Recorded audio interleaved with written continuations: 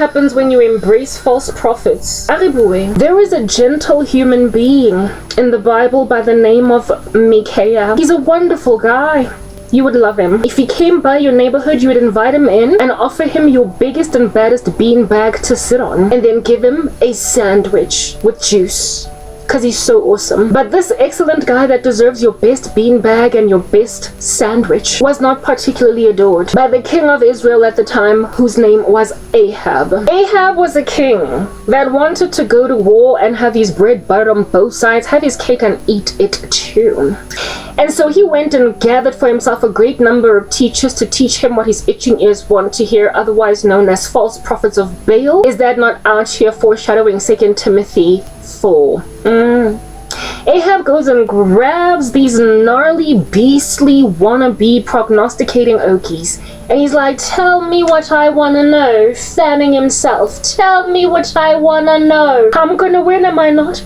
A war is about to be ensued upon and I'm going to win, am I not? And these prophets were like, yes, sir, you're going to win, because you're the best in the game. But then he was going to go to this particular war with the king of Judah by the name of Jehoshaphat. And this Jehoshaphat was like, just like a really hard knock diagnosis from a doctor.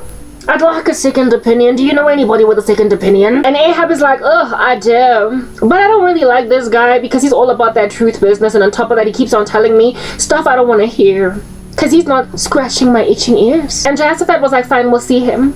And then this excellent dude that deserves a beanbag and some coffee in your house, his name is Micaiah, rocks up and said, no, Ahab, you're not going to win a battle. The prophets of Baal are not the real deal and you're going to die instead. And then Ahab was like, see, I told you I don't like the guy.